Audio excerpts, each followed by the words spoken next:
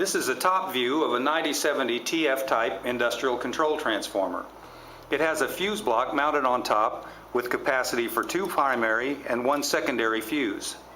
This particular transformer also has finger-safe covers over the primary and secondary terminals to protect against accidental contact with live conductors underneath.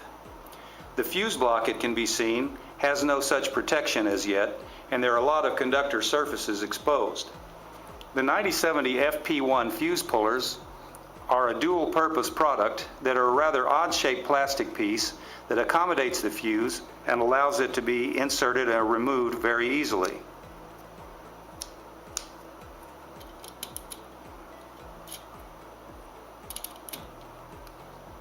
When all 3 9070 FP1 fuse pullers are installed, there are plastic barriers residing over the entire fuse block assembly.